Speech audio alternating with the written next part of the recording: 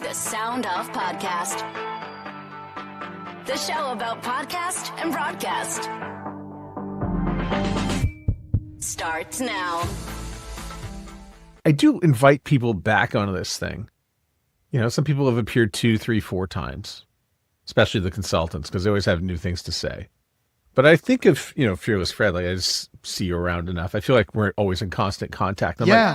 Absolutely. I just had Fred on the show, and it turns out I had Fred on the show in 2016 when I first started. Yeah. That's when I was doing mornings. It was a dark time for me, man. You were doing mornings at Edge 102. Yeah. And who's your co-host at the time? Mel Mariani, who's now working in Niagara Falls, St. Catherine. Yeah. She's doing great. She's on one of those stations that Bell let go of. I forget the company that owns it now. But she's very happy. Like, she's very, very happy, and it makes me very happy for her. We didn't have one of those, like, weird morning show fall apart things. I'm a huge supporter of her, not only as a human, but as a talent, too. I think she's way better than some people have assumed she is. And it makes me angry. There are a lot of people who do have, like, that falling out where we're never going to be friends again, because I've always thought that the relationship you have to have a successful morning show is a codependent one. Yeah. It's just and of course that's enabled by a program director, and it's enabled by management, and it's enabled by money, the way most codependent relationships are. And so a lot of them do fizzle out. Yeah. And I'm glad that yours with Melanie didn't, but have you had one that has? Not really, because she's the only co-host that I ever really had. I did a lot of stuff with Raina before she left The Edge and then went to Indy and CBC and now PBS. But we were never co-hosts. She was always on the air with me all the time. Yeah. But no, like, not really. But I like to think I'm pretty easy to get along with. So you kind of really got to put an effort in for me to dislike you. Yeah, you're the type of person I couldn't have a codependent relationship with, because I wouldn't know how to prop you up. No, it's kind of a mess. I don't know what's going on. Somehow it's working. Yeah. And you mentioned, about mornings, and mornings being sort of dark and different. And you were offered mornings a few times since then, and you said no. I turned down mornings very quickly. I knew it wasn't going to work for me. I'm not very sharp first thing in the morning. I'm busy. I had 3 boys at a young age, and there just wasn't going to be time and room for mornings in my life, but we'll have plenty of time to do afternoons. Was your experience kind of the same? Darrin Harvey, who who I still love and I still talk to all the time. I told him at our very first meeting, one day I'm going to do mornings at The Edge. And then when the opportunity, it becomes this thing where you're fighting for it. And it's this all-consuming thing that you have to have. And I've been telling myself that I was going to do mornings at The Edge for, at the time, it was like 15 years, straight, that I was going to do mornings there. And it was always this, nebulous thing far, far away. And then when the opportunity came, it came close because Dean was let go, and then there was a programming shift, and then they brought in Dominic Diamond and Josie Dye and Greg Behero, who are 3 people that I all love, and I all think they're monster talents. I talked with Josie just the other day, actually, but I remember being so mad about it. If anything, it was just dumping gasoline on that desire to be there, that need to have that shift, where the reality of what the shift wasn't even really factoring into the equation. And I do wonder that if it had been much more structured and smooth of getting in there, if I may have had a little bit more hesitation. But the way it all worked out was that there was this transition after Dean, things weren't working out, and it was like the middle of August. And then they were like, so do you guys want this gig? And then it was like, well, yeah. There was no question. It was just like, absolutely, we're going to take this gig. We have to take this gig. And I can remember it was really cool. We went to the Loblaws. There's a Loblaws across the street. And we had to go do afternoons, knowing that next week we're going to be doing mornings. And we like walked across the street. And it was like, wow, it's really happening. And I remember Mel was talking to my wife, and we're all excited. We're all happy. And the thing was, the station was in a lot of transition. There was movement above us, and there was movement below us. And it's hard to be the anchor of a station that is shaking all over. And I talked to you about this in person. And I was starting to smell what was happening, and I knew that there was things happening all around us, and we thought that we were gonna have some stability with us. And the thing that was frustrating was there was these transitions in management that I'm talking about, but we had this general sales manager named Matt Dawson. Matt Dawson is his name, and normally you're on the morning show or you're on air and you're fighting with sales. But no, Matt Dawson was our biggest fan, and he was awesome. And the thing about Matt Dawson is he's not like fawning over you, supporting. He's got teeth. And it was amazing to have someone like that supporting you. So we felt really confident. We're really good, and we have this great relationship. And then our program director got let go, and a new program director came in. Matt Dawson got taken away because he took a new position on a national level, and it just felt like everything around us changed. Everything overnight. And it was really taxing. And our new program director, when he came in, he and I, not everybody's going to gel. We didn't really gel. I know that he always saw me as a drive guy, not a morning guy. And maybe he was right. Or maybe I just didn't react properly to the transitions that were happening around me. I don't know. But I do know that my experience with mornings made me very hesitant to do it again, especially if there's a lot of movement going on around you. It's a lot easier to have control of your show, to not have people constantly telling you what you're doing if you were alone and you were in afternoons, man. And I remember one time we had lunch at an Earl's in Winnipeg, and I was telling you, I want to co-host. And I remember the way you took a sip on your drink. You're like, do you?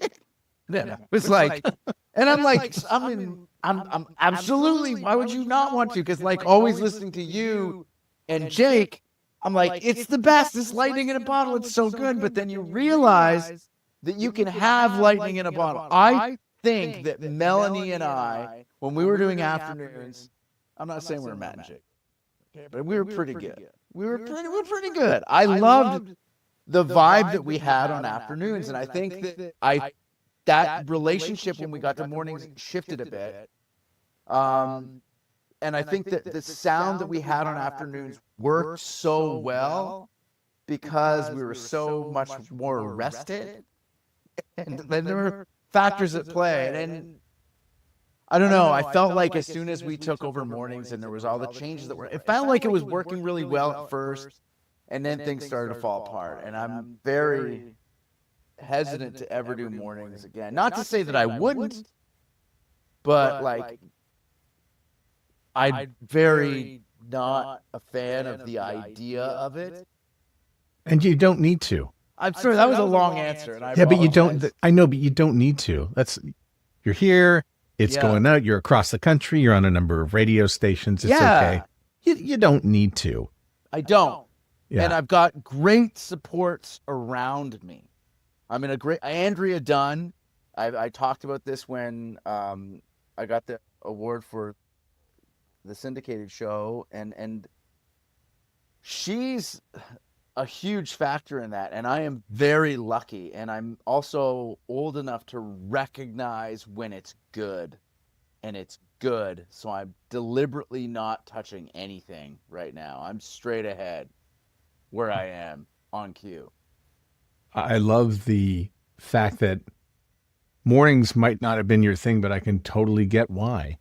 You see, management, especially the program director, is so tired and worn out from the morning show and beating them down, they have no energy left for you in the afternoon. Often you're a relief Yeah. for whatever crappy day they're having, and they're just happy that you showed up for work. Oh yeah.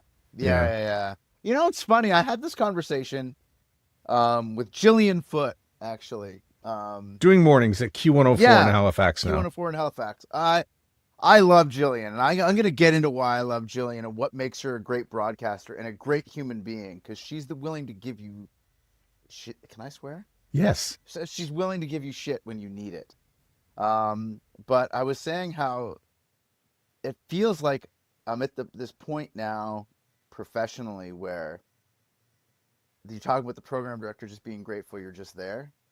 Like now, they don't come down on me for the things that I feel make me me. And I feel like when you're starting, you have a lot of people coming down on you saying, that's not working. That doesn't work. Don't do this. You shouldn't do this. You should never do this. And then they'll be like, you know what you need to listen to? You need to listen to Kevin and Bean. And so you listen to Kevin and Bean, and they're just doing all of the things that you just got told you're not supposed to be doing. And then you try to be like, yeah, but dude, that's what they're doing. Yeah, but they're a heritage show. You know, they're a heritage show. They've been around a while. They can do that stuff. And then now I'm a heritage show. So I feel like but that's not saying that they weren't right about a lot of things. Ryan Zimmerman was always really hard on me on his program director couch. Like he was always like knuckling down on me to build forward momentum and all those things. But I feel like there's still a lot of stuff that I would never get away with like a decade ago that they expect me to do today.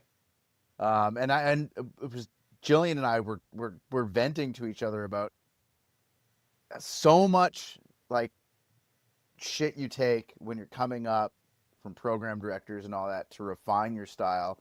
And then you get to this point where they just let you do whatever you want. And you're like, I was doing this years ago. But then that's kind of like an ego thing. Like I do think that a lot of the sound that I have is really reflective of the input that I was getting from those people, especially the forward momentum thing, threading that stuff in. I think that's a huge deal. It was actually, I refused to do it. I got mad about it. When they're like, okay, when you're finished your break and you've got your out, then say, and in 15 minutes, blah, blah, blah, blah. Those are things that I thought only worked with a co-host. And I still think that too. But then I listened to Howard Stern, and I listened to him like the way he teases content about how he'll cut himself off mid-break, tease, and then get back into what he's doing. And I totally stole that from him. And I do it all the time because it works. And I think it cuts through, because if you're building up to the peak of your story and then you go, oh, wait, I forgot one thing. Before I forget, Dash for the Cash coming up at the end of the hour. So 20 minutes, somebody's going to win on it. But anyways, like I was saying, and then back in. So that's something that I'm always doing. I'm really rambling, and I apologize. No, if you and I, by the way, were on the radio, I as the host would have to say, oh, by the way, we're speaking with Fearless Fred. Yeah, that's right. But we don't have to do that because it's a podcast, and That's it just true. starts from end to end, and there's like an entire cover, and your picture's on the cover of the show. But I do want to talk a little bit about those teases, because I understand the tease that you just gave as an example there. The one I don't get that I hear on the radio often is something has happened, and we're going to tell you about that in 9 minutes. And then it goes into the song, and I'm like, why would you give me this tease for something that I can Google? I think when I do that, but differently, I think if you're teasing a story, you can't tease the story. You have to tease like a metaphor about the story. So, like, let's just say, so Jake Gyllenhaal. Jake Gyllenhaal's doing the new Roadhouse movie. The Roadhouse movie got announced. Roadhouse 2, the sequel, is coming out. You're not going to guess what Jake Gyllenhaal movie is getting a sequel. We'll tell you in 10 minutes. No, that's bad, because just like what you said, and Dave Farrow always used to say this to me, give me something I can't get on my phone. Well, I'm a mess. I'm going to give you something you're never going to get on your phone. So my tease was, listen, Jason Statham, the working man, doing great in the box office. But I have got a movie that he can do with Jake Gyllenhaal and Guy Ritchie that's going to involve him hitting on the moms of children with bicycles. And I'll tell you why within the next 10 minutes. Like that. Because then that makes no sense. But it's got Jason Statham. It's threading through with a bunch of stuff. So you can still tease it, but you got to do it something that's a little bit different. And that's just something I'm making up off the top of my head based on a break that I may have done today, but I did not tease. But like, I know what you're saying. I still think that tease can work. I just think that you've got to be very clever about how you're doing it. Do you watch the Onion radio news? Like, do you remember the Onion radio news? Yes. The Onion was they aped network news so well that like they did it better. They did it better than news does. Like, are there bullets in your body? Stay tuned for 5 minutes. Like and those are the types of things that they'll do.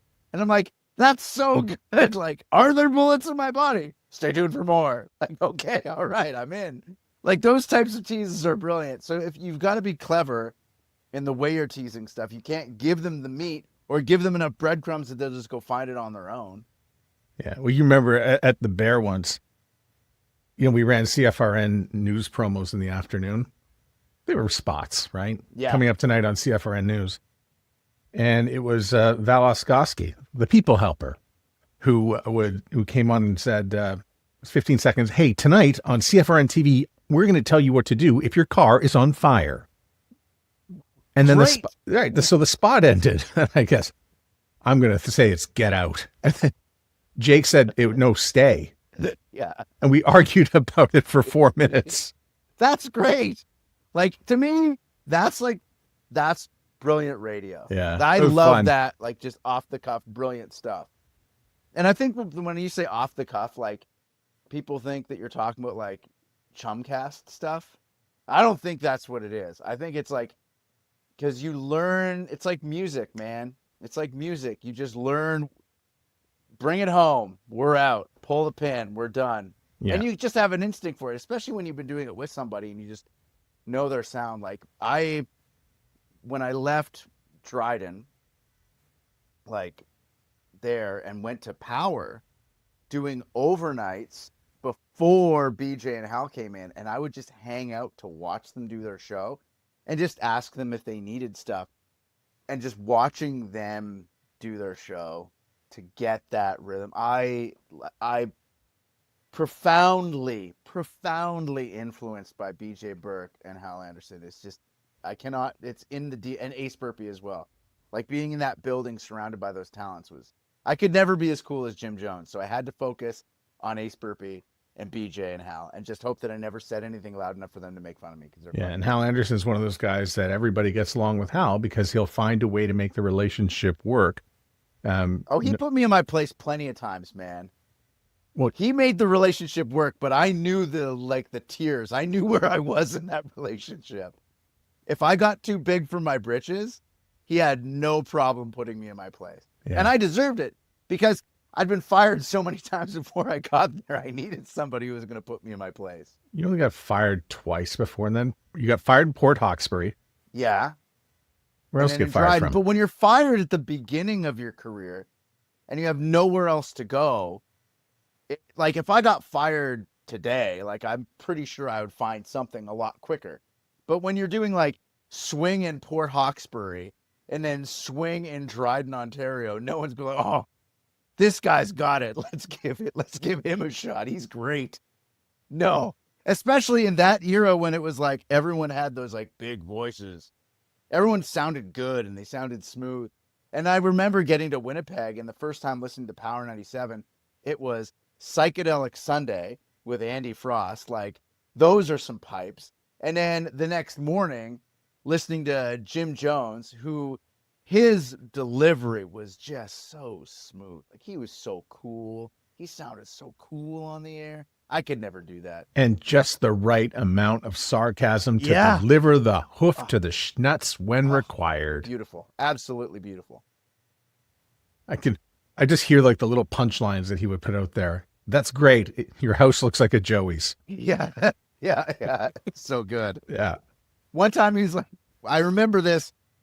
He was doing something on the air and I was just on the air going, God damn it, don't we have any scissors in the studio? Oh, not since Fred got here. No.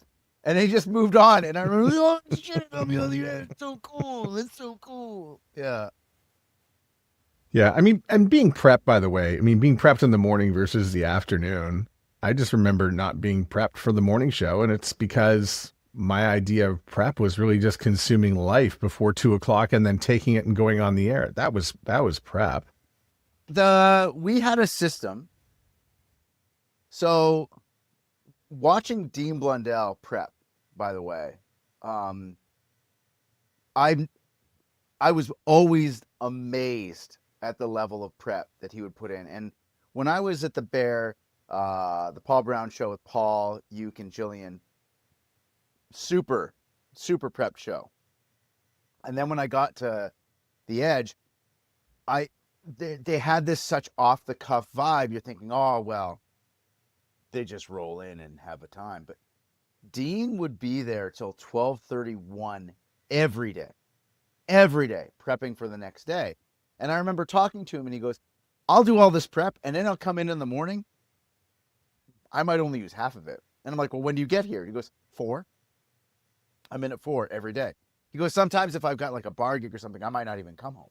I'll go right to the station and then I'll just get it done. It's like, so we had a system with Mel and I when we were doing mornings is we had like a document, like an email document, and we would go over it together and I would prep and then she would prep and then we'd have a phone call at like 6:37 at night and we'd go over everything that we wanted to talk about and then we'd get in the morning and then we would like piece it all together. We wouldn't break things down where they needed to go because something could happen in the late evening and we'd have to like switch out prep on the fly, you know? But yeah, I thought that you have to prep twice when you're doing mornings versus drive. You can really just prep once. And I'm not at the point where if I see something break in the afternoon, unless it's super pressing, I'll let it float until the next day because I don't need to break every story. My take is going to be my take. If I'm scrounging for prep, like if it's dead, I'll go with what's happening on the fly, but I try and always leave stuff on the back burner for the next day. And sometimes you could have a story that you're doing on the show and you could do it again. You could do it a second time the next day with a completely new angle because the story evolves, you know? Yeah, that's interesting you said about the take and because there's always a rush to be first and to get your comment out quickly. And we think that's the first impression you might have on something is not the right one. And you're about getting it right, not necessarily being first. Yeah, the Denzel Washington thing. Yeah. Christian Hall was always on me about stop trying to be first about everything. Take a breath, relax. Like, this is when I was like his evenings guy. It's like your evenings in Winnipeg. No one's gonna be like, oh man, story just broke wide open because an evening guy in Winnipeg talked about it. Just relax, let the facts sift out, see how other people touch it, and then give your own unique take on it the next day that's structured and put together. And you're always, like you say, you're always so focused on being first. Like, just relax, man. Take a breath. It's fine because a story breaks on Tuesday. You know, a big thing happens on Tuesday. You see your buddies on the weekend when you're golfing. You're talking about that story again. So don't feel the need to like discuss it. It's not gone. It's not gone. Those things come up. Just bring it up again. Rehash it. Analyze what you said yesterday on air today. You know? Yes, you were talking about this, but now I'm thinking maybe I'm wrong and this is da-da-da-da-da, you know? There's no harm in doing that. I think radio people have this one and done mentality, and that's not good. I think it has taken a very, very, very long time to realize that we're using content once and we're throwing it away and it never comes back. And it's kind of, maybe I'll just put it in SoundCloud or maybe I'll put it here. But, you know, you have an opportunity and by the way, you're very good at voice tracking. It's something I didn't really grow up around it. I always had my own show. I never voice tracked at any other markets. But you're very good at capturing, you know, and telling stories voice tracked. I know you recorded it earlier, whether it's like you're on evenings or you're on afternoon drive. And so I'm asking, you're doing a show in Toronto, but then how do you decide what bits to save and which to take over to voice track on other radio stations when it goes out across Canada? So, again, big thanks to Dunner. She's awesome. What I do is, so I'm this works for me because of the way I deliver. I talk, and I take a breath. So this morning, when I was hanging out with the kid, and then like those gaps, those pauses, and what I consciously do is I throw in, because I'm big, the kill thing from David Bannerman, big call out for David Bannerman, that keep it live, keep it local. So I always have to throw in localisms to my content when I'm doing. But before I do, I always make sure that I'm phrasing it in a way where it can be pulled out of the sentence and it's not going to lose anything. And so then when I'm putting those breaks into the network folder for Dunner, she knows, and we've been working together for so long, she knows that I'll make it easier on her, because when you're working with other people, you've got to make it easy or they're not going to want to do it. And if they don't want to do it, it's not going to sound as good. And it sounds good because we're always back and forth. And she'll critique my shows when I send them. She'll be like, that was actually a really good show yesterday. And it's like, what about the rest of the show? It's like, are they okay? So then we'll do stuff that's evergreen and we'll do stuff that's timely. And if it's something that's like, if it happened on the weekend, I'll say something like, so yesterday on the weekend, like, and then she can cut it out. And so that if it's aired on Monday in Toronto, she can still play it on Wednesday in another market. And it's all just, you've got to know, if you open the microphone, you should know if you're doing stuff that you want to be syndicated somewhere else. Because I can't talk about Doug Ford wanting to dig a tunnel under the 401 for my show in Edmonton. Like, people don't like Toronto and Edmonton. So me talking about the highway and congestion, they're not going to go, wow, that's fascinating. They're going to be like, I do not care. Because when I lived in Edmonton, I hated Toronto so much, especially the Leafs, always preempting Oilers games. Hated it. Hate. I hated it. So you got to know before you turn on the microphone what you're going to do and where it's going, where the audio is going, what you want to do with it, your intention. By the way, the Leafs are playing right now, and I thought to myself, maybe Fred wants to watch the Toronto Maple Leafs game. No. I do a segment on my show, Brian Beliefs, and he's like a diehard Leafs guy. So like I'll be kept abreast with texts from him about what's going on, and you're more important to me than the Leafs, just so you know. Well, there's also a contingent of people out there who will watch the Toronto Maple Leafs just to see them lose. Yeah. This is the same way that people want to see the Cowboys lose or the Raiders lose or. Yeah. No. I don't hate watch. I do like the Leafs. I have a soft spot. My dad is a Leafs guy, so I grew up in a Leafs household. Yeah. But when we moved to Edmonton, the Oilers were my team. So they were my team, you know? Yeah. So I cheered for the Oilers and he cheered for the Leafs. And his favorite thing is when the Leafs are further in the playoffs than the Oilers, which hasn't happened in a few years. But he called me the infamous Boston game. He called me going into the third period, chirping me relentlessly about how the Oilers were on the golf course and the Leafs, this is their year, da-da-da-da-da-da. Turn on the TV and watch the season finale of Mad Men. Watched Mad Men and then just flip on my phone to check the score.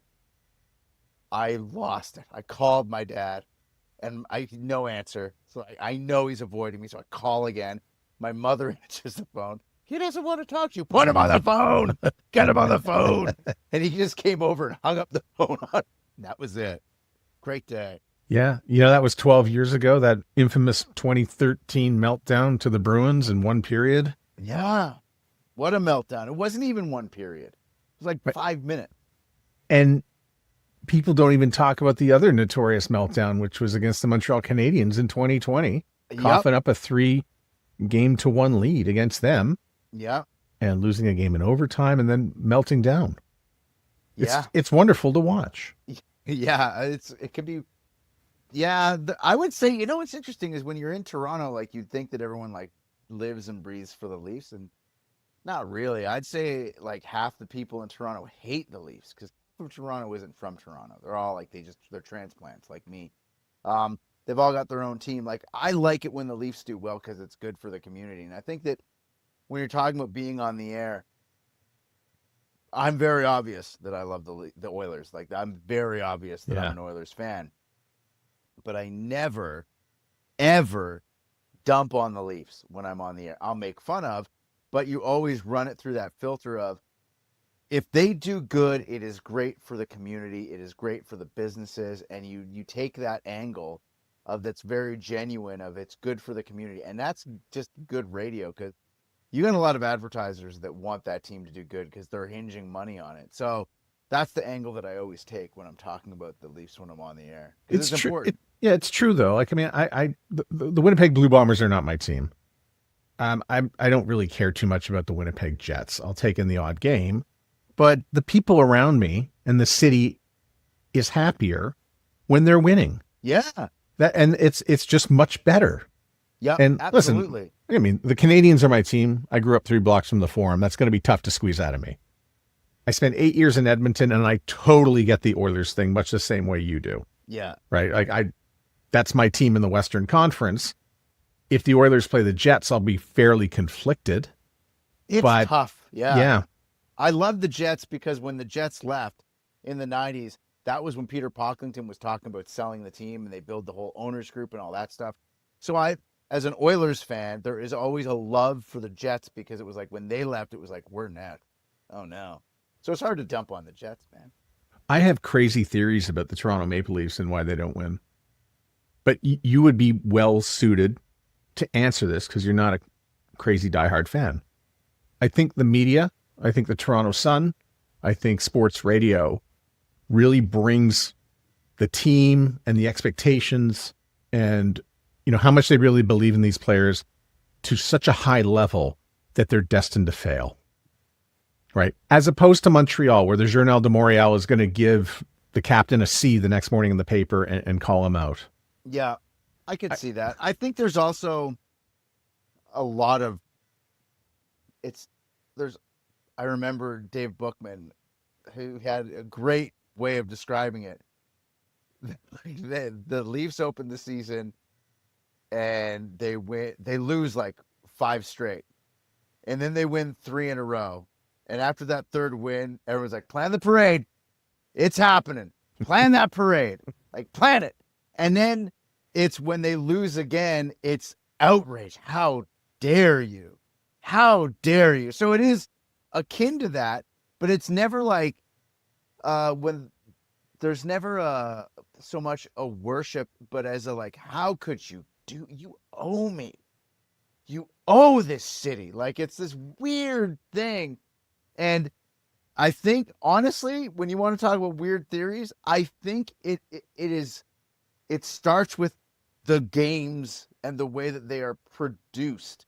Like, when you watch a Leafs game, and you don't get to see this when you're watching them on TV, when you go to a Leafs game, before the game starts, there's like a 10-minute black and white historical documentary. And it's all black and white because they haven't won a cup since things were colored. They just recently won a playoff series in high definition. Yeah, it's like, geez, it's insane to me that there's so much history that they're like, it's like, you know what it is? It's like comics and they're drowning everything in canon is what it is. There's so much, look at what we did. Oh, this goal in 1962. It was the greatest goal. Here's 8 different black and white things about it. And it's like, and then they'll have like a shot of Wendell Clark dishing out a great check. There's just this weird, we're the best. We're so good with so much history. And it's like, you're bored by the time the game starts and half the bowl is empty. And I think that plays a huge factor with the Leafs at their home games. The lower bowl is empty. Half the upper bowl is empty because it's all people with business tickets. And it's insulting. It's insulting to, like, the fandom of the Leafs is outside. The fandom is outside and like watching it on the big screens. That's where the fans are. The people inside are people that have access and connections and money to get those tickets. And it is really frustrating. I feel like my love of the Leafs has been lessened since coming to Toronto, you know? I have We're another talking more theory. about the Leafs than we are radio. I love this. It's great. Well, we're talking about Toronto. I mean, and you're working you've worked at two of the bigger stations in Toronto over the last, many years. 16 years. Since 16 years now. 16 years. And so I think you're also qualified to give a very objective view. And I could not have this conversation with Sarah Burke, right? I could not have this conversation with Jim Lang. No. No. But whenever you criticize the Leafs, it's like, so well, who's better? And it's like, well, the Habs. Yeah, like there's when you talk history, like the Leafs game, it's like this weird thing. It's just it's drowning in canon, and it's like there's this almost like this propagandesque opening to every game, and like I love Wendell Clark. I love Doug Gilmour. Felix Potvin is one of my all-time favorite goaltenders ever. But I don't need to watch a 5-minute documentary about their impact before the game starts. Like, fire up the crowd. But it's like the thing about the crowd in the games doesn't want to get fired up because they're not really even paying attention. They just made it more expensive to go to the games. It's like we're talking about economic downturns and recessions, and well, the Leafs just raised their prices again. So it's like they care about the community. It's frustrating. Like, I remember when the Jets came back, their first season back, I went to a game in Winnipeg, and they make more noise when clearing the puck from their zone than you'll hear. And there's like 5,000 less people in the rink. Yeah. You'll hear more noise clearing the puck from their zone than you will when a goal gets scored. But outside, I would say outside the Maple Leaf Square that they have there is the same as you get with the Moss Pit and in Winnipeg. Like, those outside people, that's the fans. Like, that's the real fandom right there. Because they're standing there in the rain, broke and cold, just believing in the team, Yeah, I'm reminded, by the way, of who you've worked with, whether it was at Edge or at Q, and you've had to follow some drama in the building. So Dean Blundell leaving is one example. The plan was that I was being groomed for morning. Yeah. Like, that was the plan. Yeah. But then you got your afternoon show, and that was a good thing. I love afternoon. Yeah. I do. I love it so much. And give me some GO train hacks. Oh, the GO train? Yeah, well, I think you take the GO train to Oshawa, right? To Ajax. To Ajax. So I do all of my comic book writing on the GO train. That's the key. Some people are like, I prep for my show. No. For your mental health, you need to separate different channels. So when I get to the GO train and I get on the GO train, my focus is on comic book. So I'm doing all my comic book writing when I'm on the train. And I think that that's good for me because being a nerdy guy by nature, you have a tendency of putting your own interests onto the show that maybe aren't really what your listeners care about. They might not care about all that stuff, but I do. So I find that if I do that on the train on my way in, I scratch that itch and I'm done. I don't need to like talk about that on the air. It's completely out. It's gone. Then when I get to work, I find it easier to prep smarter, prep smarter for what I'm doing for the show. When you said drama, I thought you were going to talk about when I came to Toronto. Like, that was drama, dude. What was going on? What drama did I forget to mention? So there were shifts that were made. Barry Taylor, who'd been on air forever, was let go. And Martin Streak, who'd been on air like since the Chris Shepard days. Yeah. The live to airs, like the amount of heritage that guy had in the market and in radio in general. He was one of the last connections to when they called it CFNY. Yes. Yeah. Yeah. And he fell victim to suicide. And it was a really tumultuous time. And the thing is like, you, as a radio person, right? Like, as you're a radio person, you're like, it's like game, in the sense of like you're hunting, and the biggest target, the biggest game, the trophy you want is to work at the edge. Like, it was so cool. It was so cool. Chris Shepard Pirate Radio. Like, I listened to it all the time. I didn't even like the music, but I'd listen to the way he was on the air. And then when internet radio, like, not internet radio, but like you could listen to streams online, I would listen to what they were doing on the air just to hear it. And it was so cool. It was so big. And it was like the top of the mountain. So you wanted to be there, right? But that growing up with it aspect wasn't there. I didn't have that connection to the station.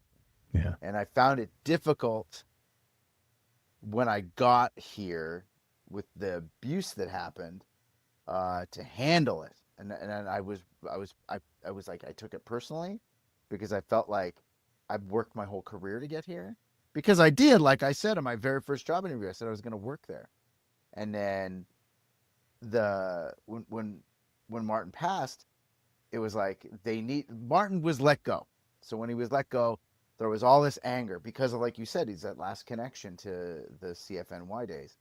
And there was anger, there was outrage at the station. And I know that everyone that was still working had to deal with a lot of it, even though they were all heritage, like they'd all been there for so long. And then this new random guy comes in where it's like, you know, that they would not have gotten let go if this guy hadn't been hired.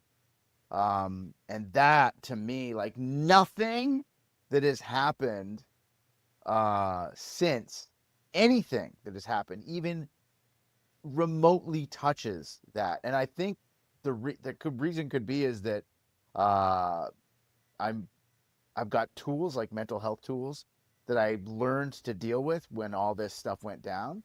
Shitstorm protectors. Yeah. So also, I am, and I know I'm such a unique little flower. I'm not this unique little flower, but I have my own sound. I have my own way of doing things. It was really refined a lot by, I would say Ace Burpee was a huge influence.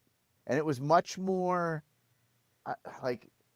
it was much more, not pantomime, but the edge when I got here, and I feel like it's so, man, we're just so cool. We just do cool stuff. Like, we're cool.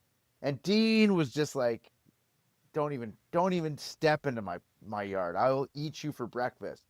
And then you had Josie on middays, and Josie's like a scene queen, in the sense that she's been to every show. She knows every promoter. She knows every venue. She's interviewed every band. She's been on this station forever and ever. She does middays. Like, she's it. And then Dave Bookman, who has sat down to interview the biggest stars in the world, period. And then me, like I am none of those things. I am this completely different thing. I'm going to talk about, this, like, a Star Wars thing or a Star Trek thing, and then I'm going to tie it into something about dinosaurs. Like, it was such a shift that it was very difficult. And I, like, man, the amount of hate mail and the amount of stuff that happened then, it was like, to me, like, nothing can touch it. Like, nothing can touch it. And I think what it was you get this new job, your dream job. You're supposed to be the happiest guy in the world. You're supposed to be so happy, because nobody that was sending this miserable hate mail, nobody even for a second thought, what does this job mean to this guy? The assumption is you're just coming in and eating someone's lunch. Like, that's what the assumption is, that you don't have any care. And it's like, dude, I have just as much profound love for being here as anyone else, but it's different. That's really all it is. Like when we went and saw, when I was at King's Tech, we went to Toronto to see Rage Against the Machine, and I sold my mini disc player that I needed for school. I just sold it so that I have money to buy tickets to go to the show. And then we were in Toronto. As soon as we got to there's the Big Apple that's in every car commercial. You see that giant apple, that roadside attraction, that giant apple. Yeah. I made them turn on the radio to listen and I refused to listen to anything else. And I was like listening to it the whole time. Walked up Yonge Street just to look inside the studio, and it was so cool. It meant so much to me. And then to finally get here after like more than a decade of working to get here, and then everyone's like, you don't deserve it. It really hurt. Like, it hurt so much. That I don't think anything I've ever dealt with professionally will ever hold a light. And to be honest, I hope nothing ever does, because that was pretty brutal. I don't want anything to be worse than that. So yeah, like when you bring up drama, like nothing else touches it compared to that.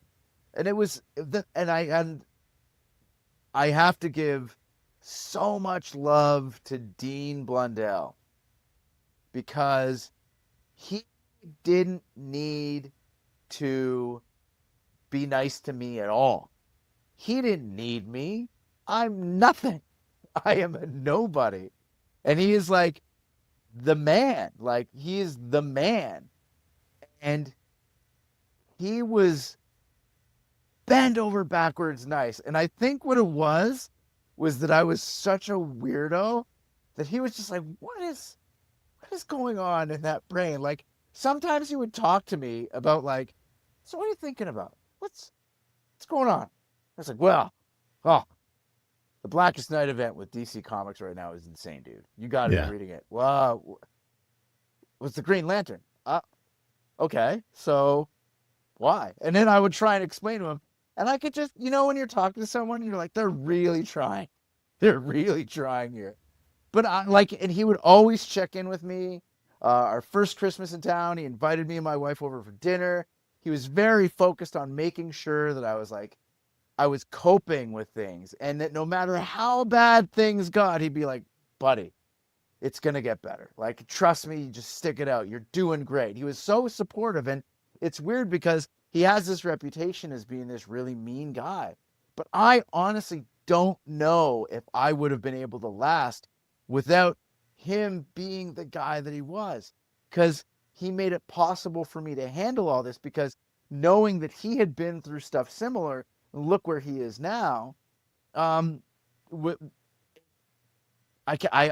thanked him repeatedly about it, but I don't think, remember on Wayne's World when he goes, I love you, man. No, it's cool.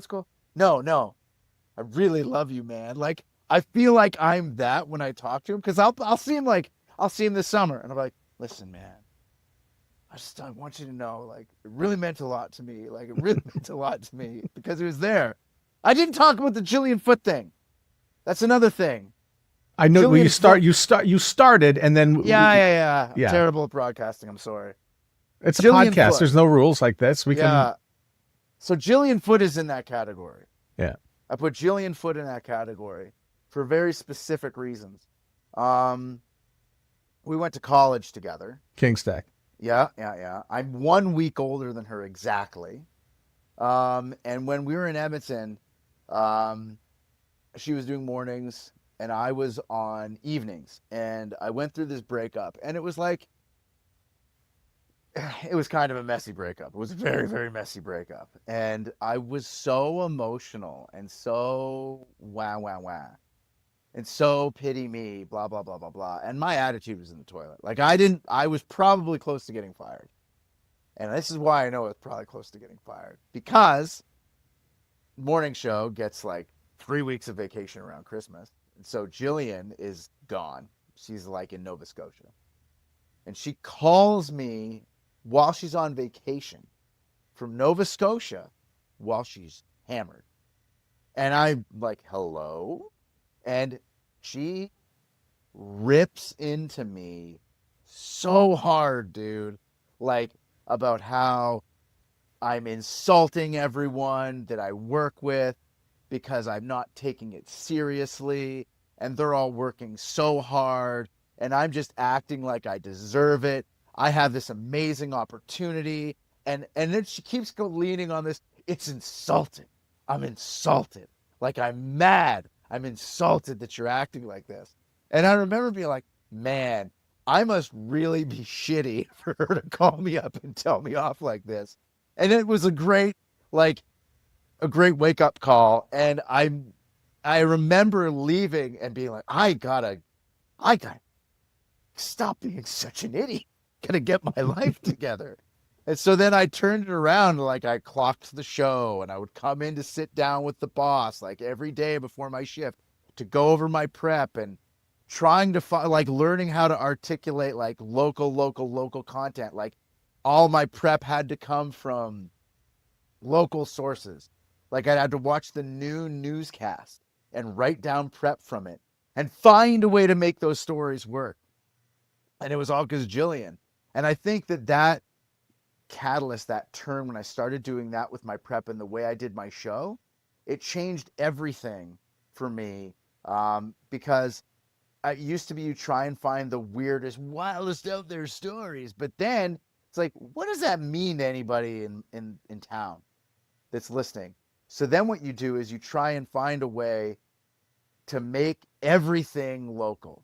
And it's all started because of that. So that's why I wanted to talk about Jillian, because she's amazing. I mean, she probably called you at 1:00 in the morning in Nova Scotia. What's that, about 10:00 in Alberta? Yeah. And the Keys Pale Ale. Are you drinking a Keys right now?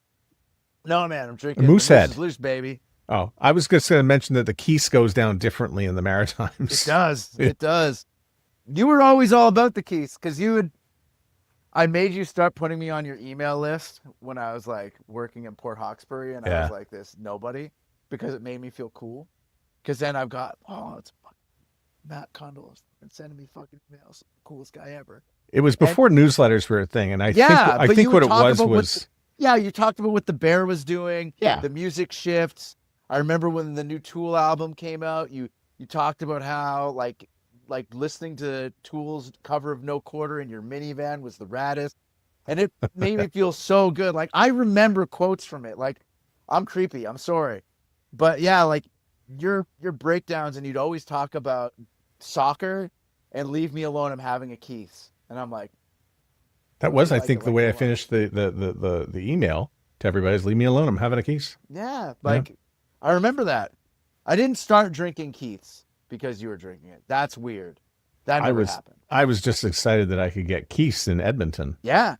My dad's a big Keiths guy, but he's from Cape Breton, so of course he is. I drank Schooner when I went to Acadia. Yeah.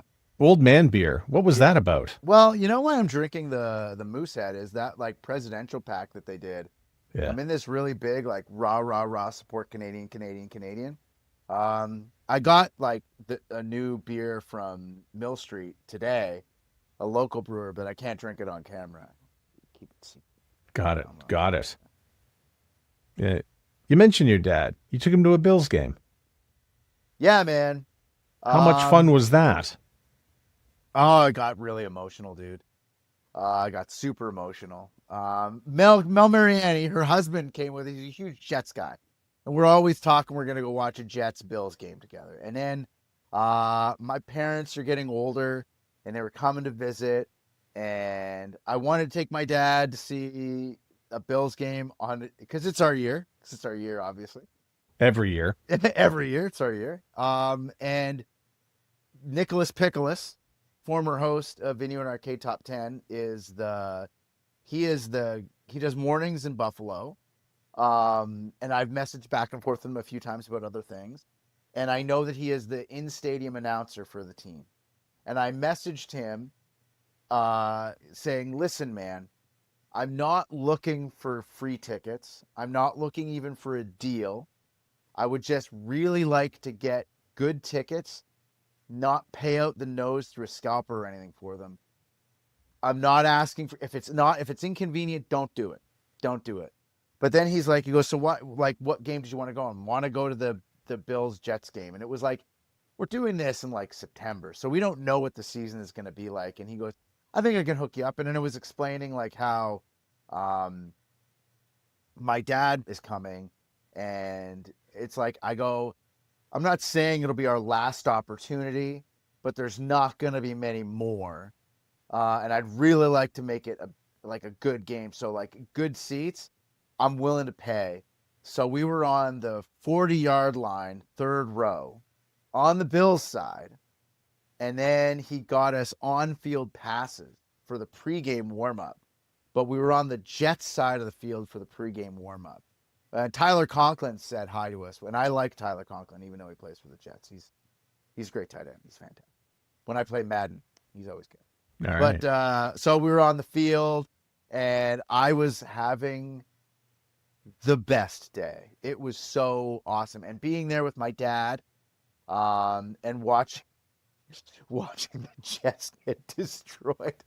And what was funny was, like, Brad, Mel's husband, comes with his brother, and he's wearing, like, Sanchez everything, Jets everything. Like, and the thing is the Jets are getting killed so bad that the people behind us, like Bill's Mafia, bought him a beer. They're like, they felt so bad for him. And he's like, oh, man, they're losing so bad. Brad's hilarious. He's such a great guy. And then, like, they bought him a beer, and then the guy's like, you know what, though? Sanchez was a good quarterback. You guys were pretty good back when you had Sanchez. He was a good guy. He's a really good quarterback. Yeah, they had Eric Mangini was the coach, and I think they went to 1 or 2 AFC championships. They did. That was the last big run, and I remember they were pushing really hard in that era. But yeah, seeing the Bills is pretty dope. Like, I'm a Giants guy. The Bills are my number 2, and I think I like them more because I'm so close. But I do love the Giants, even though that was the dumbest bit of office negotiating I've ever seen last season. Oh, you mean when they let Saquon Barkley go? Yeah.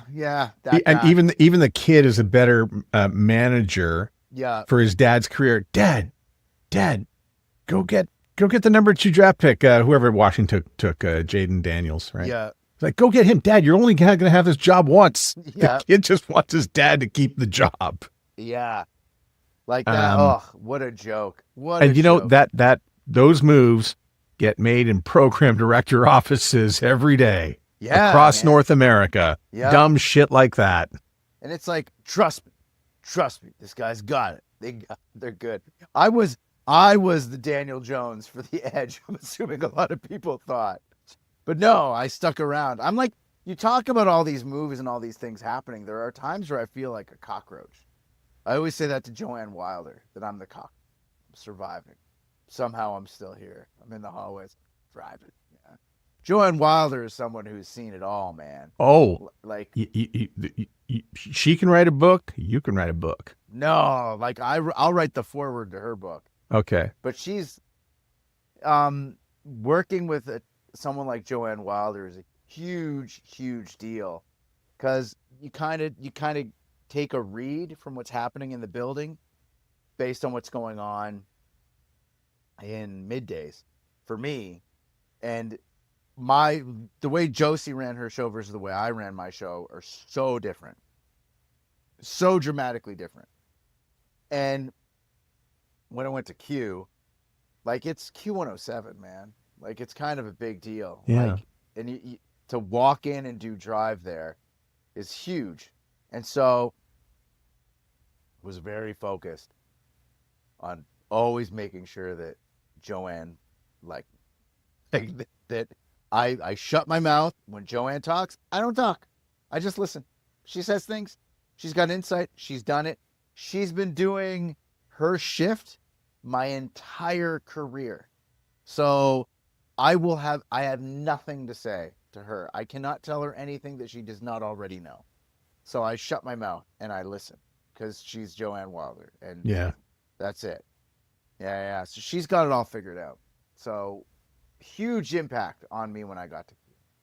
I did want to point out that Nicholas Pickles does mornings at Kiss 98.5, which is an Odyssey station. They do have the rights to the Buffalo Bills because WGR is the affiliate station, and I do listen to that station. Yeah. Because all that radio station is just therapy for Buffalo Bills fans. It's just, they just talk all the time about all the wrong moves that are being made. And, as we're recording this 3 days ago, the general manager called in to say, "What are you guys talking about? Yeah. I'm doing my job here and you guys don't even know anything." He's super cool, man. Nicholas is really, really nice, really supportive. And was on YTV for a while. Yes, that's how I knew who he was. And I was hesitant to call him. Very hesitant to even drop that text and be like, "Hey, man." Yeah. And then he bought the tickets out of his own pocket and I paid him back. The trust. Yeah. The trust involved. Against that. Think he'll go again this? Yeah. year? No. Good. My parents just moved back. They left Edmonton. They left Edmonton. They moved back. They're moving to Halifax. So I'll be going back a lot. I love the Maritimes. I love the East Coast. You get off the plane and it just feels like you're decompressing, Yeah. You get off the plane, you fly to Toronto from Halifax. You feel life speed up when you get off that plane. You feel it and maybe I'm way older now, because when I was young, I just wanted to be here. I wanted to be here so bad, but I would love to go back to the East Coast. I'd love to live in Halifax, but still be able to work at Q107. Somehow we'll figure out a way to work. I think so, though. Well, you'll have to start your show an hour earlier, right? Yeah, an hour later. Yeah. I do love Nova Scotia, driving around, the air, the way the air feels, just everything about it is awesome. Yeah. There's just something about the East Coast, and when I was younger, I don't think I really got it. Now I'm a lot older, and I just absolutely love it. I really do. I wanted to race by those 5 years and just get to the next thing. And the next thing turned out to be, I'm going to work evenings or overnights in Montreal. Yeah. And I was like, and then you just race, and then it's like, oh, that was pretty good. And then the best part is you go back to the Maritimes, and I went to the Valley, and Darrin Harvey's still there, and we pick up right where we left off. And you go to Mike Mitchell, and nothing's changed. It's just your friendships just carry on. Mike Mitchell, he's so good. It's funny. I always talk about Mike. I'm doing such a bad job here. Darrin Harvey, by the way, works in Kentville for the Stingray station, 89.3 K-Rock. Actually, it's called Rewind now. And Mike Mitchell works at Annapolis Valley Radio. Well, that's what it was known as then. It's still known as AVR and Magic 94.9. Yeah. And he's the programming guy for all of Maritime broadcast there. Sorry. Now I caught everyone up. He's just so cool. He's good. He's got great delivery. It's funny, you when I was young, you're talking, you just want to be through it. You just want to be through it. You just want to be through it. I refused to listen to what they were doing on the air. Because I was too focused on listening to stuff in bigger markets, thinking, oh, it's bigger, it's better, it's bigger, it's better. But that is not the case at all. Darrin Harvey's advice that he gave me in air checks at my first gig, doing overnights on Magic 97 before it was 94.9, it was Magic 97.7, I think is what it was. Those pieces of input and that advice that he gave me then are things I still use today. Just this week, we had a client provided copy, and it was, hey, Q107 listeners, was how the spot opened. And I was like, no, you never talk to more than one person. It's always you.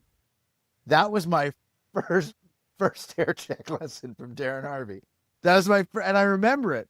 And I remember it's this basic thing that you don't know, but it's no one hears for other people. They only hear for themselves. So think about it. When you're listening, when someone says you on the radio and you hear it, it's you, it's me. It's not them, it's me. They're saying you. If they say you guys, it's less personal. And he said that, and I remember like galaxy brain. You know what I mean? Like, my whole life has just changed, man. But it's like, that is radio 101. That is like one of the most important, basic, simple lessons that you could ever give. You, not me, not you guys, you, always you. And I still like doing breaks. If I catch myself leaning towards me, I still go through the Uncle Darrin filter and I say us.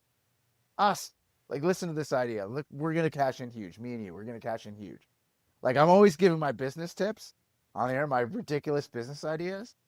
And it's always like, we just got to get some seed money together, you and me. We're going to cash in. Nobody else. Don't tell anybody. It's just for us. All right? We're cashing in large. So keep it secret. If anybody else is in the car, tell them to get out. Pull over, kick them out of the car. Because this is a big one.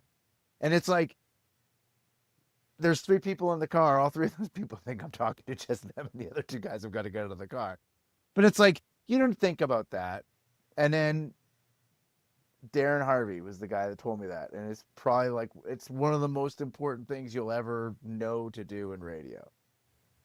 So one of the things that Darrin and I have spoken about, like the last number of times that we've talked, once in person, twice on the phone, is mental health. And mental health in radio stations and managing it. And I remember I had to start doing that in my late 20s. And I can only imagine that today it's harder because there's less people around. Yeah. But at the same time, we're more conscious of it, but we're always working on this because it's again, this is a business where we're in front of a microphone, often alone, speaking, creating, doing, and we're never really sure where we stand after we're done our work. Yeah. I thought, like, when you brought up mental health, I initially thought you were talking about the concept of people like with substance abuse issues and all that stuff. And that's part of it. That's a huge thing. That's what happens if you don't take care of your mental health. Yeah. Then you'll want to sedate yourself with whatever, whether it's, booze or drugs or it could be sex. It could be gambling. It could be any of that stuff. But it's just hard. I think it's harder these days than it was. Yeah. And things were dysfunctional. Yeah. I think it's probably easier to hide things now. Yeah, it is. And it's also easier to give a false impression of how you're doing. It's a lot easier because, like you said, there's not as many people keeping tabs on you. Like making sure that you're all right. Like it used to be you have one program director for the whole station. That's it. Now it's like the cluster. Then some people, there's like one program director looking after multiple clusters. And you're a young person. It's so easy to let things get out of hand. And I do legitimately wonder where my career would have been. I feel like that I had my bosses at my first 2 big full-time gigs were not good managers of young talent specifically. That's not me excusing any of the idiocy that I pulled off that wound up getting me fired because I think that's all my fault. But focusing on like keeping their feet grounded where they are and letting them know the realities of their situation is something that you need somebody to do. And Darrin did that. Darrin was very good at that. And then when I got to Power in Winnipeg, I was working with Lachlan Cross, and Lachlan would call you out. You needed to be honest with him. And there were a lot, like, I feel that Winnipeg was where that was the crossroads for me, where things could have got really dark when I was there. They could have got really bad. But I had Hal Anderson and I had Lachlan Cross. And Lachlan would always, like, call me out on anything. If I was getting a little bit too weird, he'd call me out on it. And same Christian Hall was doing the same. Steve Parson. And then I was lucky to have those people in my life to give me tools to assess what I'm doing. And I feel like right now with my mental health and being in the business, it's just an acceptance of the reality of the situation. a knowledge that this might not last, you know?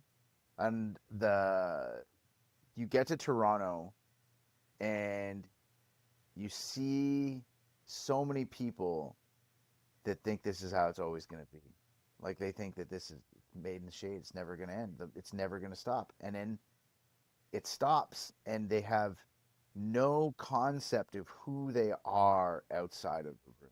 You know, they don't get it. And that real identity, it's so intertwined with their identity that they can't let it go. And right before I got here, like right before I got here, it was right after Martin passed. Stu Myers gave me the harshest but best advice that I could have got. And when he gave it to me, but he said, this isn't your life. It's how you make your living. And you need to remember that. And there's so many people, and I don't, honestly, younger announcers, I don't think are the same way about it. Maybe they are, because radio doesn't have the same profound impact with younger people as it did. I see it now happening with YouTubers and podcast host type people. They don't know who they are off that feed. And I know that if everything ends tomorrow, I'll be sad. I'll be upset. I will miss it. But it's not my life. It's just how I make my living. You'll find still another job. You'll still live a creative life. Yeah. Because you'll still be doing that creative work that you were talking about on the GO train. Yeah. Well, I just won't do it on the GO train because I can't afford it anymore. That's right. Sit in the living room, wear sweatpants and do it. I think that's also a good way, is having a creative outlet, having something else you do outside of this. I know people that work in the business, that have worked in the business as long as I have, if not longer, that they didn't have the foresight to find something outside to do. And it can be anything. It doesn't even need to be something creative. It can be just like a hobby. Like maybe they find something that they really like doing and you put your energies into that. But I am fortunate that things have not been easy, but people have had it a lot harder than me, you know? And Yeah. I've been very lucky, and things have happened at the right times to prevent me from falling into those real deep doldrums, because I don't like it when people pass judgment on others for the poor decisions that they've made, because I think there's a lot of factors going into those poor decisions that maybe people aren't, taking into consideration. But knowing who you are as an individual is huge in terms of mental health. Like, I'm not Fearless Fred when I get home. I'm just the guy who doesn't load the dishwasher. That's just who I am. That's who I am when I get home. Yeah. Yeah. There is an episode of WKRP that's like that, and that's the Riptide episode. And so, I mean, this is not something, what you're talking about here is not small. I think a lot of people go through this in some capacity. I think there were times being Matt Mahler, by Friday, I was tired of being Matt Mahler. And the way to get rid of that was to go to the Black Dog on White Avenue and, have a few cigarettes and a bunch of beers. And what's that drink they do where you drop the shot in the beer and chug it? Yeah, that's the one. Yeah. Oh, it's for these kids these days, they don't even understand the concept of the Jaeger bomb. I want to do a video with our midday announcer on The Edge, MK, who I think is a delight. It's frustrating because there's talent in the game still. I think radio people always talk about how the industry is dying and there's no talent like there used to be, and there's no this and that. I think there's a lot of young talent. I just think a lot of that young talent gets driven out because they want to make money, and the money is not there like it used to be. But there's some brilliant talents out there, and I think MK Bowyer, like that, she does middays on The Edge. She is a good Instagram follow. Yes, she's a mess. Exactly. But she is a monster talent. She came in to to do like a school project on me when I was doing Drive on the Edge. This is like 2011, I think, like that. And she came in with a bunch of other students from her school. And she's this little character. She's just this little gnome of chaos. And she's not even trying to be funny. She's just captivating. The way she functions, like in the sense that I say things that people think are weird. It's like I listen to her talk. I'm like, what's going on? What? No, like she confuses me, and I think she's brilliantly talented. And so she's confusing you the same way you confused Dean many years ago. Yes. Yeah. Oh, 100%. Like when she came in, I immediately went to Ross Winters about her. I like when she was sending out tape anywhere, I was poking everyone, being like, trust me. Like Jesse Mods was another one, Dan Chen as well, and MK were three people that I was like fighting for. Alex Payne is another. She was an intern for a while. She does a lot of DJing stuff now, and I thought that she could have been a superstar level talent. She just didn't really want to go through the grind of doing it. But Dan, Jesse, and MK all did, and they're all great. But MK to me is like, if she was starting in radio and it was like 1987 and she just had somebody making sure that the wolves didn't go after her, she could be like a phenom superstar broadcaster. I say that since more than like almost anyone I've ever worked with, because I just don't get what's going on with her, but it's awesome. It's so good. Yeah, and that's something that's going to play out on air and online. Yeah. And yeah, just follow it on Instagram and listen to it when you can. And by the way, it's easier than ever to listen. Yeah. Because we've got these nice devices and you can just ask them to play it. Her Gnome God series. Yeah. The gnomes in her backyard and how she created Gnome God. And I remember being like, this is brilliant. So it's like watching Nathan Fielder, but it's not a bit like, I don't know what's going on with her. It's amazing. I love it. Yeah. And I do feel for, I think Bob Willett was on this show and he was talking about, I think my favorite quote from him is, he goes, well, I'm so glad you made it to work here at the Edge, but you missed the best part. The golden days have already happened. Yeah. It's like every station that you arrive to, the best times have already passed. It's never as good as it was. Yeah, and now we sort of look at the talent that's on the air, whether it's in Toronto or Vancouver or in Edmonton, as being like, well, you missed the best times of radio, and it's kind of not true. No, it's like when I'm not disparaging like any of it. It is just frustrating when like my agent, my voice agent, Paul, was also like the voice agents of the who's who of Toronto radio in the 1980s and the 90s. And he was just starting out in like representation for voice work. And he tells me the stories about just money. I don't think the golden age of creativity is any different than it ever was. If anything, you're being forced to create social, on-air, multiple markets. You're being forced to do more. You need to be more creative. But man, if I could make that money, like that's when I say that's what I want, that's what I would want.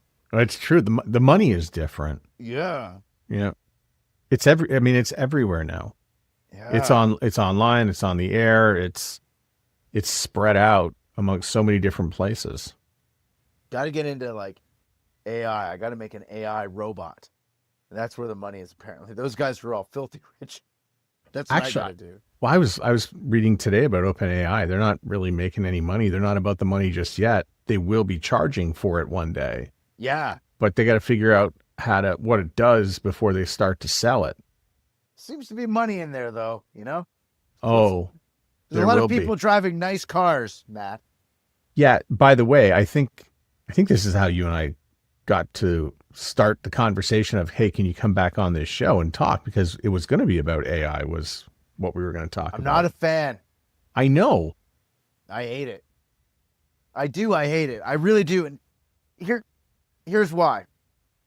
And I broke this down for you when we were texting. I said, if I sample a song, like I have a #1 hit song, and I sample your song, like you got a great song from like 10 years ago. Okay, so I'm Queen and David Bowie doing Under Pressure, and you're Vanilla Ice. Yes. All right. I sample it. I create a #1 hit song. And the big thing like that's included in this song is a sample from your song. I got to pay you money. I got to pay you money or you will destroy me. AI doesn't.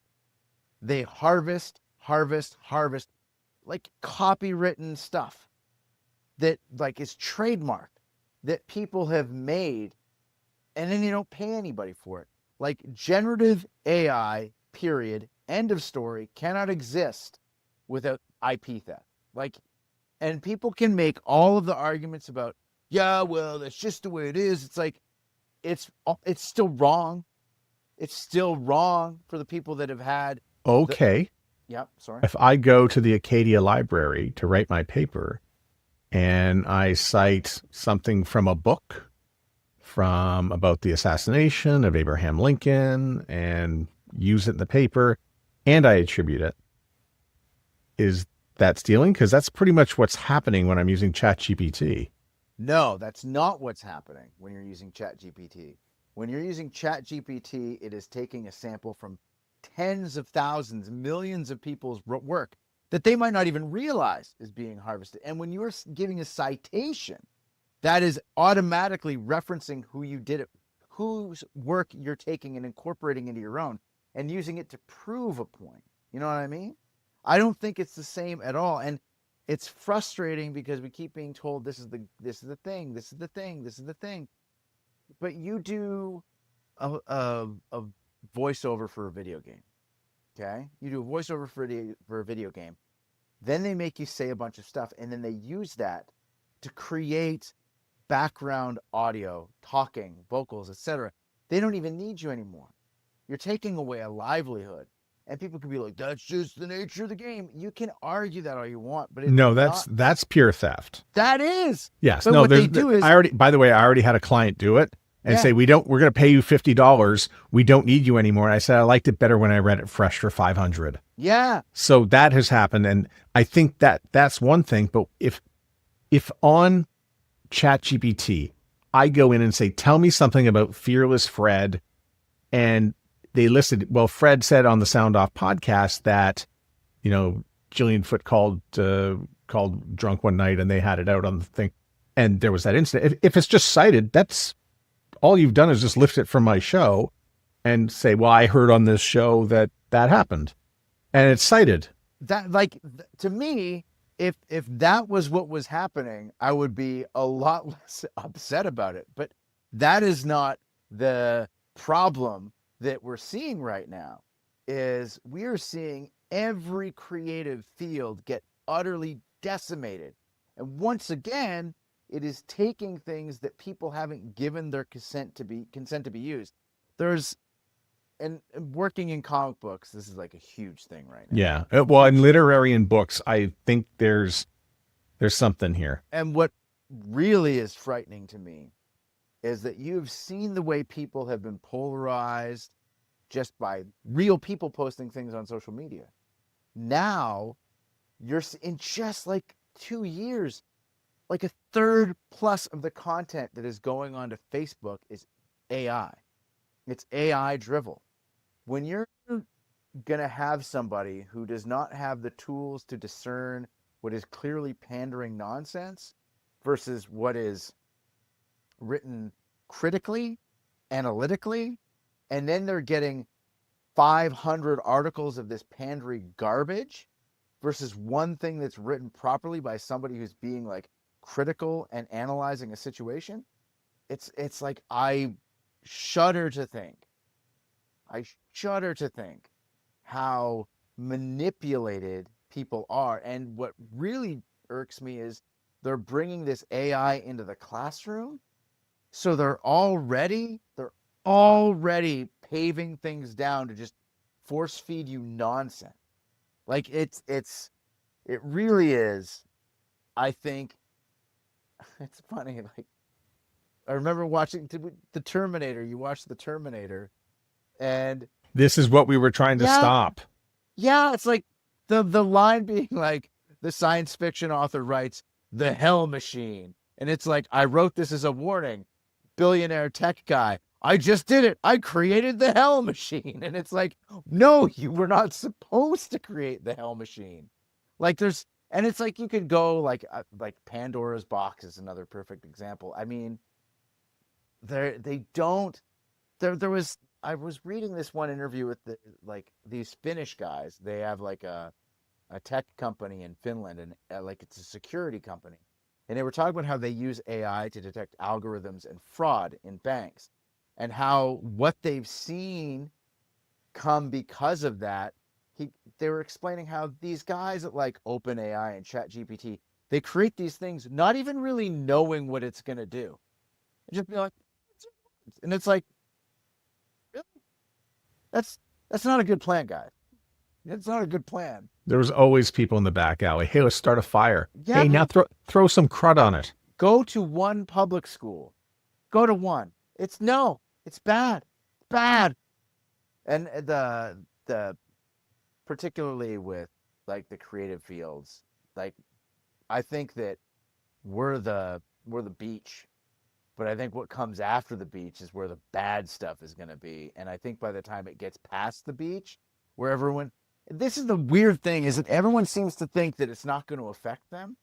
Like it's not going to affect me. It's not going to affect me. If you work in logistics, you're a truck driver, you work in logistics, and you are not worried right now, buddy, you are not paying attention. Last week, an automated trucking company launched between Houston and Dallas. Nobody's involved. The truck is just driving back and forth. Yep. And it's like, you think that's not coming? You really think? Because there's like a laundry list of people investing billions of dollars a week to make sure that you will never work again. And it's like all the kids should be watching Maximum Overdrive because that's what's going to happen. So I bought a car this week, and it parks itself. See, man, I'm fine with that. I get the sense that like, listen, I want my car to be parking itself. I want my taxes to be done, my dishes to be made, all that stuff, so that I can write and do creative fun stuff. I don't want the robot doing all the creative fun stuff so that all I can do is laundry and taxes and park cars. Come on. That's the problem. I mean, I feel like I wasted my life because I lived in Montreal and could squeeze the car into the smallest particular spot.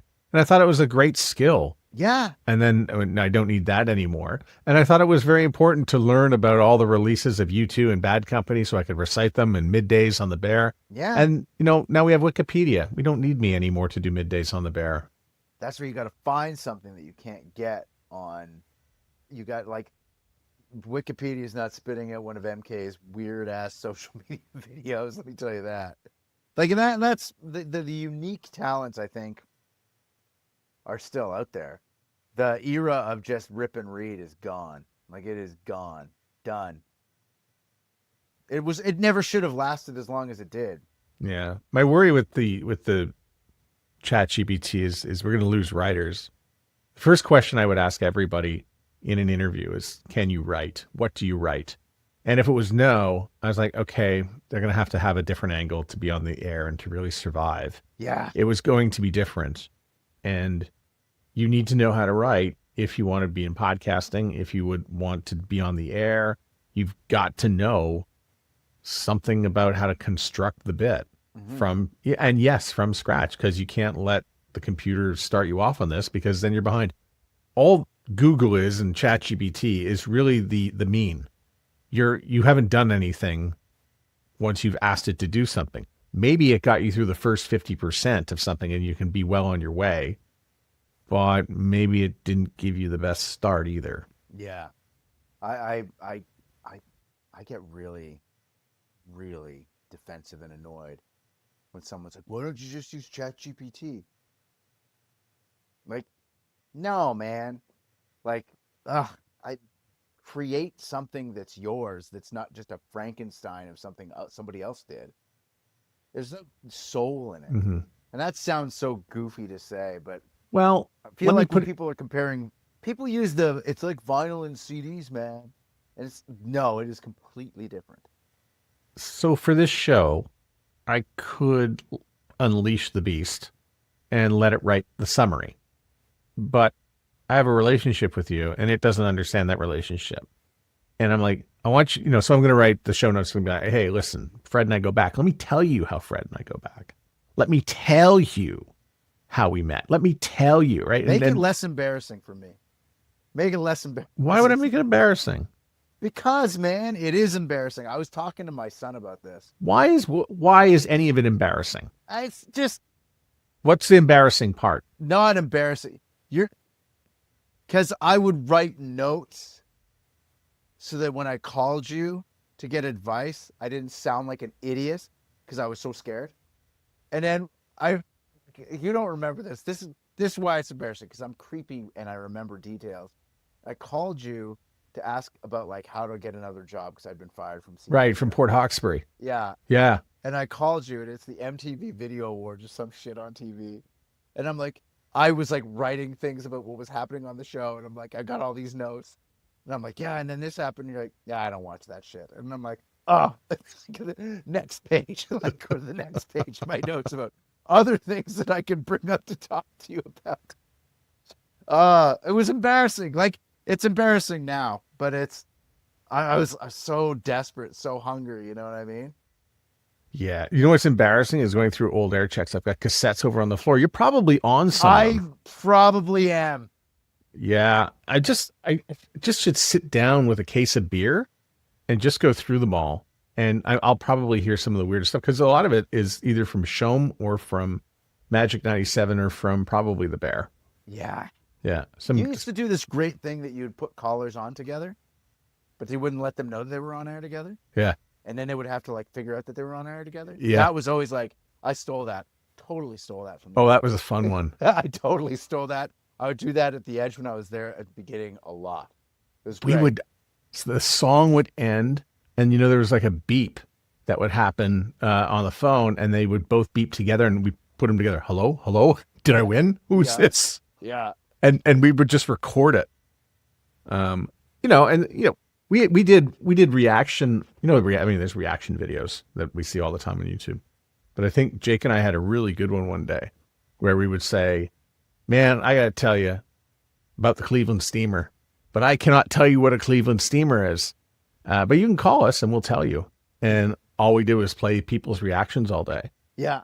And we would just run reactions about the Cleveland Steamer. And we get offices talking. No, you call him. No, you call him. I got to know. Yeah. And it was just a way to disrupt every office in the middle of ratings. So we'd pull one out in the middle of ratings all the time just to disrupt people's workday. That banking audio and all that stuff. And also razor dancing around blades codes. Now, were you saying you're not talking about the Cleveland Steamer on air because you're breaching code? Or because you want to keep it above board and elicit the phone call? I want the reactions, and we would play the reactions back on the air. Yeah. And then nobody knows what it is, so it's like they got to guess. Right. And then, then we had this thing where we would read, who was playing in the bar. I can't remember. It was like Bear Tips or something like that. Whoever was what's new around town or who's playing at the bar. And 3 weeks later, I got the script. It's like, man, you want to join the band? Cleveland Steamer is playing tonight at Blues on White. Yeah. And I don't. Yeah. You inspired them. I know. It's good times. Because like, there's also the code thing where you can't make certain jokes. Like, you can't do things. You can't make a joke about a death in the air. No. And then finding a way to make the joke without make the joke is always like, that's the funnest part of the gig. Yeah. And then when it's also fun when it blows up in your face and you totally ruin it, and we're like, you got to call the boss. I don't think that's going to go over well. Yeah. So like, can't make a death about a joke on the air. And I read a story about, it was an old woman, and she was peeing by a railroad track. And as she's peeing, a cow lands. And you're thinking, like, how did that happen? And then you explain, like, well, the thing is that she was just peeing, and a train down the tracks hit a cow, launched it through the air, and it landed on her. And I'm not saying that's fun, but I am saying that if I was peeing by a track and a cow landed on me and I died, and you didn't laugh about it, then you can't come to me. It's just like dancing around, because I'm not making a joke about it, you know? Yeah. Or when the people they're taking selfies and they fall off a cliff. I'm not going to make the joke about it, but I just want to know, is it okay to laugh if somebody dies while taking a selfie and they fall off a cliff? And then just getting them to talk about it like in a very serious way. And then you're not saying anything and no one's making the joke, so you can't really get in trouble. Like the dancing around codes, like Dean was really good at it. Not as good as, but he was doing it so close to the line, it was inevitable that he was going to get caught. But he was very good about, just don't say this and then technically you're fine, you know? Yeah. He was great. Yeah, but he still led the country in complaints. Well, yeah. Him and Jerry Forbes. Yeah. Yeah. This is no disrespect to Jerry Forbes, but I will say that I think that Dean's complaints were cleverer. Yeah. If that makes any sense. Yes, it does. He was trying harder not to get those complaints, I'll say that, if that makes any sense. But I think you know exactly what I mean. I do. That's not saying anything bad about Jerry Forbes at all. It's just Dean was clearly trying to dance. Jerry was just walking into it. Yeah. And by the way, all the letters were published. And so I'd read through them. And so I didn't have to hear the bits. I could just read the letters. Yeah. I got 2 guilties. We've got 2 guilties. Have you had one in the last 10 years? I had one 3 months ago. But Really? I'm not talking about it. Like, it is way too close. I'm not talking about it. Well, why wouldn't you talk about it? Because I can just ask ChatGPT and they'll tell me. No, I don't know if you can. I think it might have gone, like, it went the distance and then it all, dude, I fell at the heels. I can't talk about it, but I had, because it was they called me while I was on vacation in Mexico about it. They probably just wanted to know what time and where was the tape and can we get this done, They right? wanted to make sure that it was me for all the paperwork went through. But yeah, I just checked. There's no decision on it. So no. So you make it go away. That's great. Yeah, like the thing is that I knew, and that's something that, like, if you know you're gonna lose, just fall on the sword. Just apologize. It's fine. And what happens is when you apologize, you'll be shocked at how many people think it's ridiculous that you had to apologize, and that's kind of affirming. I do remember the first time experiencing that type of situation was B.J. Burke calling the Virgin Mary a slut on the air. Yeah, that'd be a good one. And then as soon as he says it, Hal Anderson goes, he's like, you can't, no, Beach, you can't do that. He goes, what? I'm a Catholic. If I'm not going to say it, who is? That's the way he said it. And then I'm like the stunt boy. So I'm in the room pushing buttons. And then we got to go into Steve Parsons' office and just watching his, like,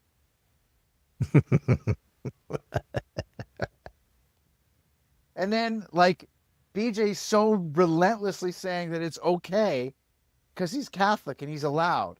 He's like, if they're telling me I can't, then that's religiously oppressing me. And I'm like, and in my head I'm thinking, is that true? Is that real? Is that really religious oppression? Because I don't know anything. I literally just hang out in the room when they're there, learning, trying to figure out how to do things. But yeah, what a show. Yeah. I did a show on Good Friday, and we were forced to work because it was ratings, and there was nobody. It just, I don't know. That was BBM style, right? Yeah, it was like, I don't know, sometime in the 90s, and there's nobody listening. And anyway, we got to the end of the show, and we're trying to wrap it up when we've not had a very good show, and it doesn't matter because no one's listening anyway. And finally, I said, well, hope you have a good weekend, Jake. And he goes, yep, I just want to say thanks to the Jews for acing our Lord and giving us this holiday. And it's the last thing. And I'm like, I'm like shocked. And I pull down the microphones and then yell at him. I say, you can't say that. He goes, sure, I can. No one's listening. See? And sure enough, the lights weren't blinking. Well, 2 weeks later, I was walking down Jasper Avenue and I ran into the local rabbi. And the local rabbi says, you guys are funny. I said, hey, thanks for listening to the show. I really appreciate it. That thing about acing the Lord and giving the holiday, I couldn't stop laughing. It's the funniest thing I've ever heard. Yeah. And in that moment, I realized nobody took us seriously anyway, and that's good.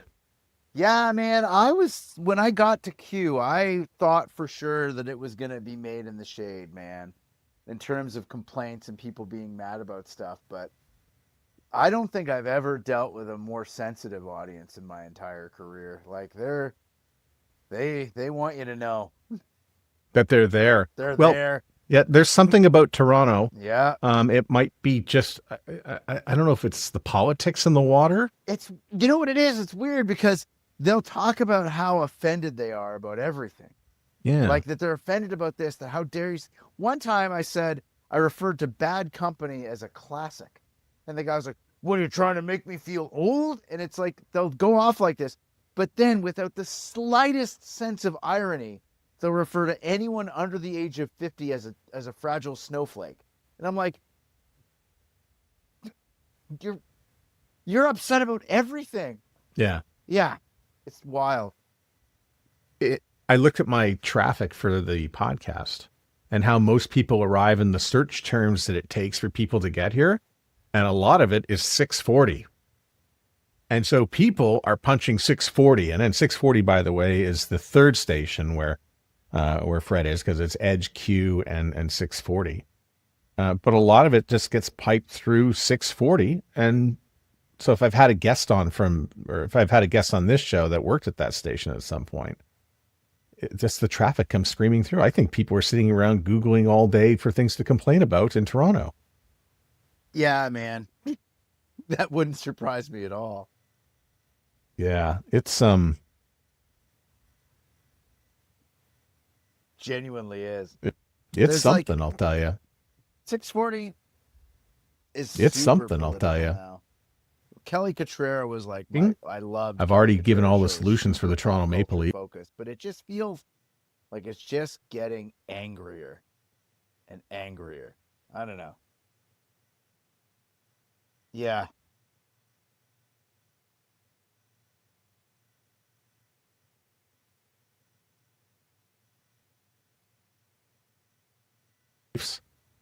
You could sit me down. I'll tell you where the Conservatives did not get elected. I could tell you exactly why.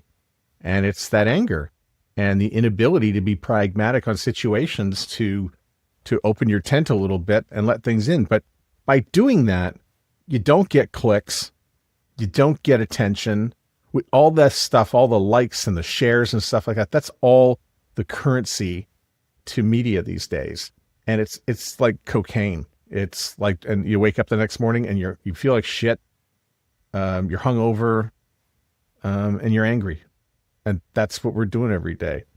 And, I'm a pragmatic person. I'm never going to get pushed on X or YouTube for any of the stuff I do, because it's smart. And it's wait a second. I think we can work with that. That's not what people want. Yeah. People want to fight me. Yeah. It does feel like every day you're just getting a bunch of people that are trying to make you mad and angry. And this is what you need to be afraid of. And this is the group of people you need to be mad at because they're ruining everything. And yeah, it's just too much. That's why we started doing a thing, Joanne and I, we started doing the daily dopamine, where we do something that's just genuinely like a little thing that makes you happy. Yeah. Like a brand new jar. Oh, when that foil comes off, the way that peanut butter looks on the top, you take that first scoop, 50 pounds. It's so good. or the opening of a can of tennis balls. That too. Pulling a plastic sheet off of a new TV, like all those things. Yeah. Just to combat the wave of negativity that we're always being inundated with. Yeah. But I got to run, man. I got to go to bed.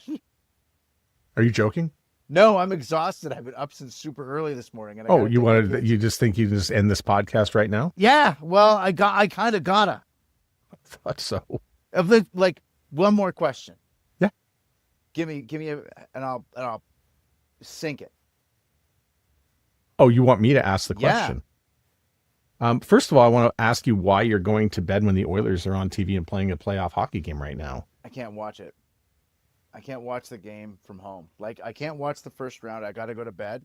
I can't watch it. I can't know anything about it. I got to go to bed. When it gets to the second round, that's when I have to start going out for everything. Okay. It's a system. It got them to Game 7 last year. And then this is the problem. This is what happened. I brought my wife and kids to Game 7. Never should have done that. Hey. Yeah. We got in the car. My oldest was crying. I didn't want to tell him it was his fault. But I wanted to tell him it was his fault. Yeah. But I did not tell him that it was his fault. 10:45 where you are now. Yeah. Bedtime is precious. I totally get it. Because I got to work out in the morning. Like, it's you want late. to talk about mental health things? No, it's late for me too. But I did want to know what's going to be your morning routine tomorrow. I got to get up and I got to take my youngest kid to play rehearsals. And then I'm going to come home and I'm going to make breakfast for my other kid. My wife starts work really early because she works from home and works remotely for Canadian Blood Services. So I'm going to make her tea, and then I'm going to work out, and then I'm going to go to work. So that's going to be the routine. And then once I get to work, focus on all the prep stuff, right on the train. And when I finish the day, we'll see what else happens. I do have a kind of a cool thing that's going on with a comic book artist from Montreal right now. Yeah, so that's kind of where my head is at, and I got to get some stuff ahead done on that. All right. Yeah. Fred, thanks for doing this. Really appreciate it. Dude, absolutely. Anytime. The Sound Off Podcast is written and hosted by Matt Kundle. Produced by Evan Serminski. Edited by Chloe Emo Lane. Social media by Aiden Glassy. Another great creation from the Sound Off Media Company. There's always more at soundoffpodcast.com.